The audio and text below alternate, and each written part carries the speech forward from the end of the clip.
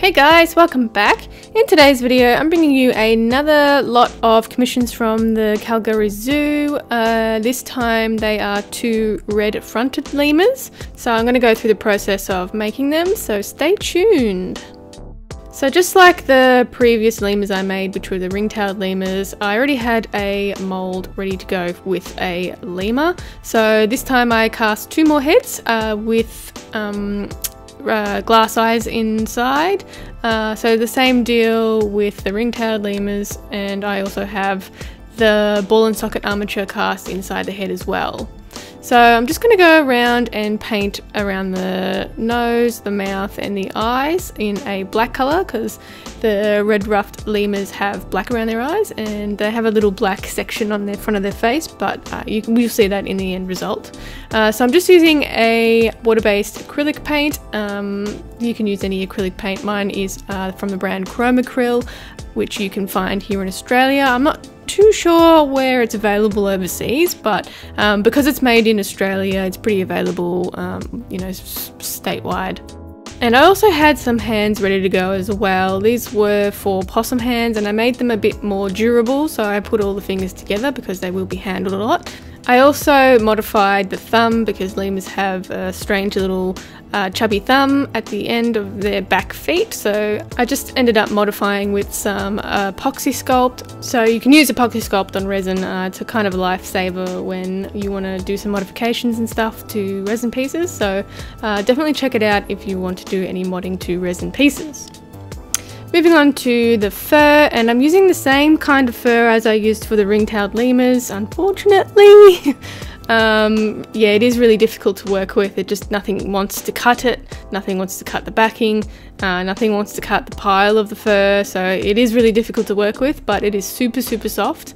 The softest fur that I've ever used.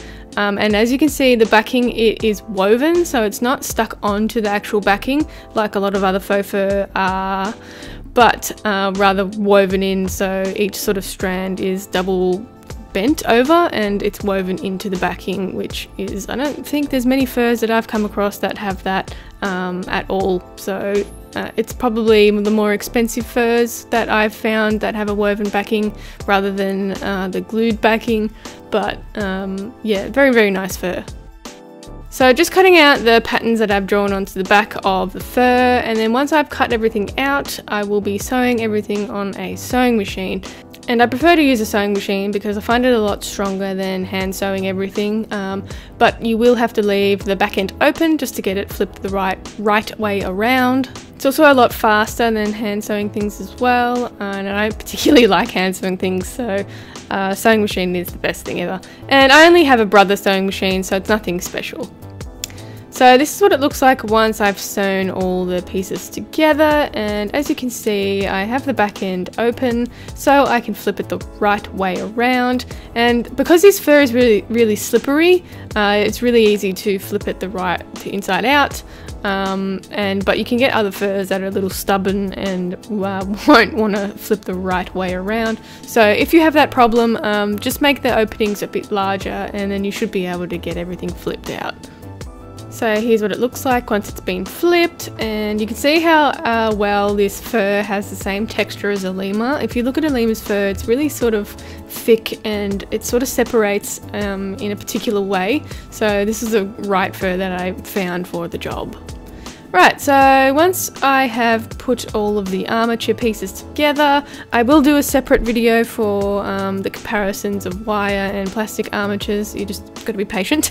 I just have very little time at the moment, but I do plan to do that in the future, hopefully not too long.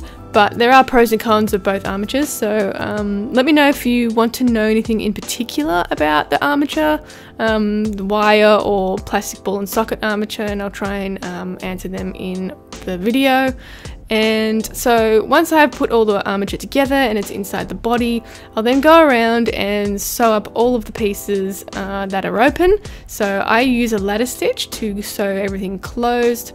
You just check out YouTube for a ladder stitch. There's heaps of videos around, so there's probably no point me making one. And I'm not the most confident ladder stitch person anyway. So once that's done, I'll then go ahead and glue all of the faux fur pieces to the ends of the resin pieces. And I use a tacky fabric glue that I get from Spotlight here in Australia, but you can find tacky fabric glue pretty much anywhere. Any craft or hobby store that you have around you should have something. So once I've done that, I then go around and fur all of the resin pieces. Like I've said before, the furring process, I'm probably not going to do a video on it just because it's very unique to my work, but I might do some tips or something in the future. I'm not sure, I haven't decided yet. So these two little critters are going off to Calgary Zoo to meet some people and educate some people. So if you're around there, definitely pop over to the zoo when they display them and check it out. So that's it from me today, guys. I hope you enjoyed the video. If you did, give it a thumbs up and don't forget to subscribe. If you have any requests, you can leave in the comments down below. You can also check me out on Instagram and Facebook at Creatures of the Net, and I'll catch you in the next one. Bye bye!